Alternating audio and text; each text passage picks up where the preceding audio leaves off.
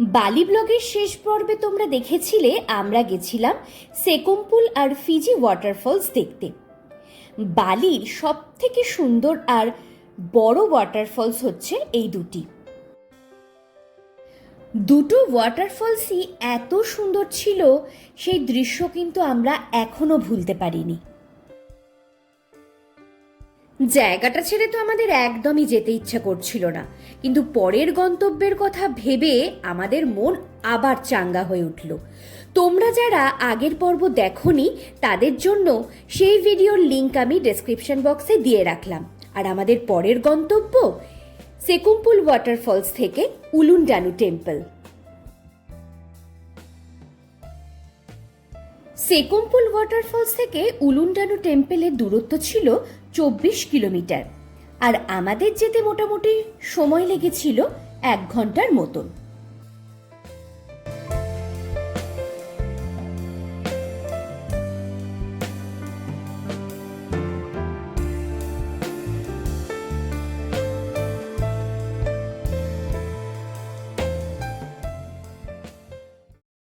গাড়ি থেকে নেমেই দেখি বিশাল পার্কিং, আর আমার বরকে দেখো, সে তো লম্বা লম্বা পা ফেলে ছুটছে, আর তার আগে ছুটছে আমাদের গাইড আদি, কারণ টিকিট কাটতে হবে।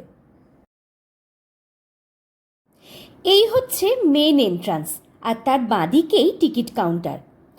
আর পার্কিং লটে গাড়ির ভিড়টা দেখে বুঝতে পারছো তো, সেদিন কিন্তু ভালো ভিড় হয়েছিল। শুধু পর্যটক নয়, স্থানীয় প্রচুর মানুষ এসেছিলেন সেদিন। মন্দির চত্বরে প্রবেশ করতেই আমাদের চোখ ধাঁধিয়ে গেল। চারিদিকটা এত প্রশস্ত, এত সবুজ, আর বিভিন্ন ফুলের সমারোহ। প্রচুর মানুষ এসছে, প্রচুর বাচ্চারা চারিদিকে খেলাধুলো করছে। ঢুকেই মনটা দারুণ ভালো হয়ে গেল আমাদের।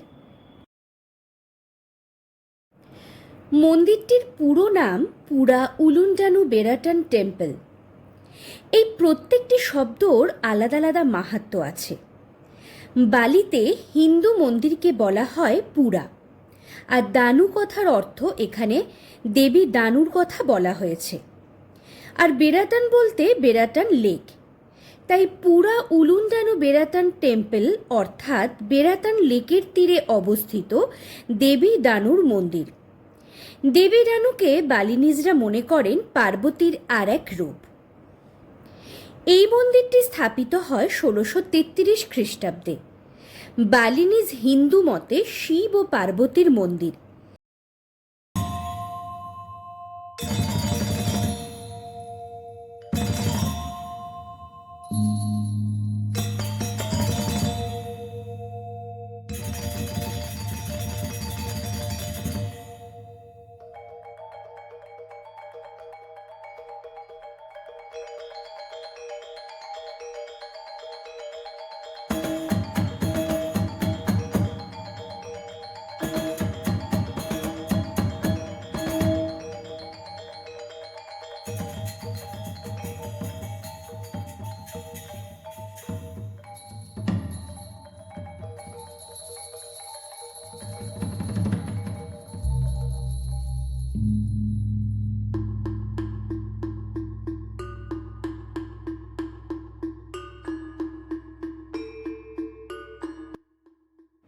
বেরাটান লেক, পাহাড়, মন্দির সব যেন একসাথে মিলেমিশে একাকার হয়ে গেছে।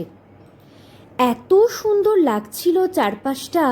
পুরো তোমরা লক্ষ্য করলে বুঝতেই পারছো যে একটা হালকা মেঘের আস্তরণ, তার সাথে ঠান্ডা হাওয়া, অদ্ভুত একটা মোহময় পরিবেশ যেটা বলে, সেই রকম পরিবেশের সৃষ্টি হয়েছিল। অসাধারণ লাগছিল।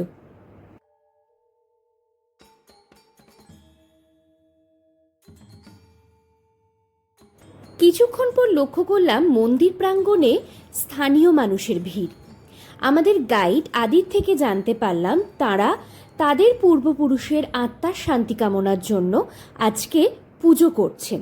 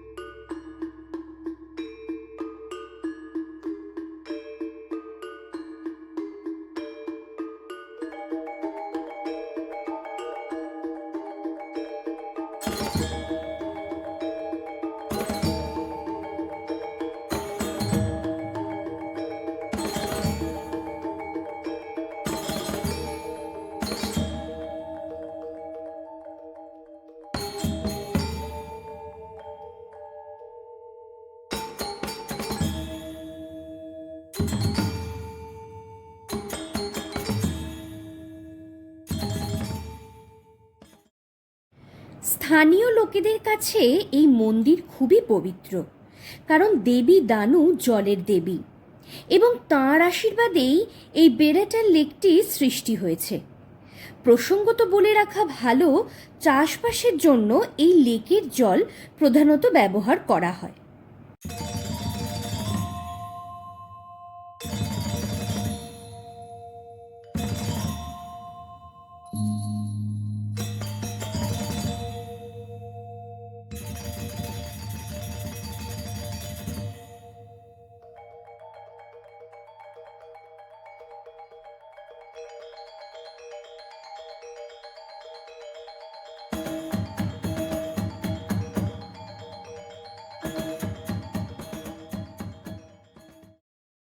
আমরা মোটামুটি অনেক জায়গায় ঘুরেছি, অনেক ধরনের মন্দির দেখেছি, এক একটা জায়গার মন্দিরের ধরন এক এক রকম, কিন্তু এই বালি বা ইন্দোনেশিয়াতে এসে আজকে আমরা এসেছি হচ্ছে উলুন্ডানু টেম্পেলে।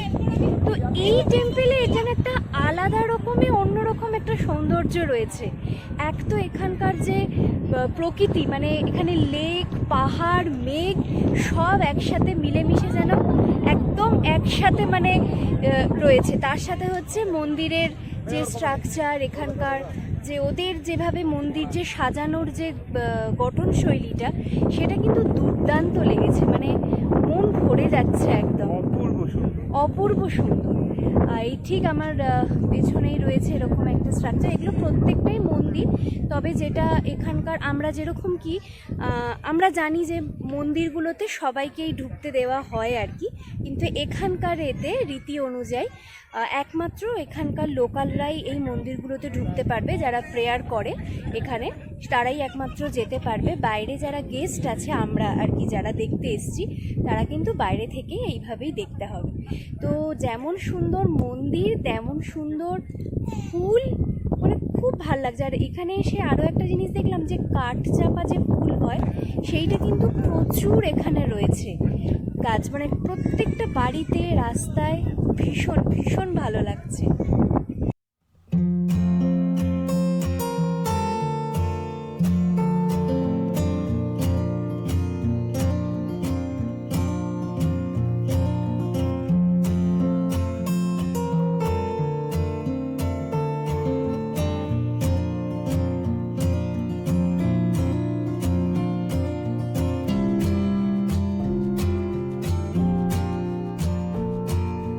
ওয়েদারটা পুরো চেঞ্জ হয়ে গেল, ঠান্ডা ঠান্ডা হাওয়া দিচ্ছে, সেই যেন মনে হচ্ছে আর খুব মেঘও করে এসছে।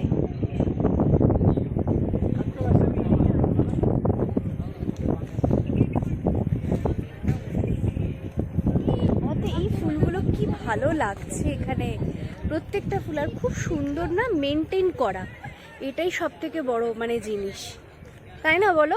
কি সুন্দর মেনটেন করে সমস্ত কিছু রেখেছে। হ্যাঁ সত্যি, এই একটা জিনিস নাই তফাৎটা যেটা নোটিস করলাম আমরা, আর কিছু না, ইন্ডিয়াতেও এত সুন্দর সুন্দর জায়গা আছে, কিন্তু যেটা কথা হচ্ছে যে আপনি কত ভালোভাবে মেনটেন করতে পারেন, এত সুন্দর মেনটেন করে রেখেছে। হ্যাঁ, মানে আমাদের আজকে প্রায় অনেকটা দিন হয়ে গেল, সেরকমভাবে বলতে গেলে খুব একটা যে রাস্তাঘাটে নোংরা বা আমরা যে জায়গাগুলোতে গেছি কোথাও কোনো মানে ময়লা পড়ে আছে বা কেউ ফেলছে সেরকমও না, বা কেউ থুতু ফেলছে না, এই ব্যাপারগুলো কিন্তু আমরা কোথাও দেখি। এত পরিষ্কার পরিচ্ছন্ন। আর এনারা এখানকার যারা আর কি হিন্দু আর কি, তারা কিন্তু প্রচণ্ডভাবে আর কি ঠাকুরে বিশ্বাসী, মানে তারা মনে করে যে এই জন্মে যদি পাপ করি তাহলে সেইটা জিনিসটা আমাদেরকে বড় জন্মে গিয়ে ভোগ করতে হবে। তো জন্য ওনারা চান যে একদম ভালো কাজ করতে। তো এইটা এই আমাদের যিনি ড্রাইভার আছেন আদি, ওই বেশি বলছিল যে আমরা সব সময় চাই যে ভালো কাজ করতে, তাহলে আমাদের মধ্যে পুণ্য অর্জন হবে। এই জিনিসটা কিন্তু প্রত্যেকটা মানুষের মধ্যে রয়েছে এবং প্রত্যেকটা মানুষ ভীষণ হেল্পফুল, এটাই আমার সব থেকে বেশি ভালো লাগলো। মানে ছোট থেকে বড় প্রত্যেকেই এত হেল্পফুল, যা জিজ্ঞেস করা হচ্ছে হয়তো সব কথা ইংলিশে তারা বুঝতে পারছে না, কিন্তু আকার ইঙ্গিতে ঠিক তারা সেইভাবে হেল্প করার চেষ্টা করছে। প্রত্যেকে ভীষণ ভীষণ হেল্পফুল। আমরা এই মন্দির চত্বরের এক একটা করে ধাপ এগোচ্ছি, আর এক একটা জায়গায় না এক এক রকম সৌন্দর্য মানে আমাদের চোখে পড়ছে। আর এখন ওই পেছনে ওদিকটায় ছিলাম, এখান থেকে এইখানটা এলে এখানটা পরে সেটা অন্যরকম মানে সৌন্দর্য। আর সব থেকে বেশি নজর কাটছে আমার ফুলগুলো, তাই না? ফুলগুলো কি সুন্দর।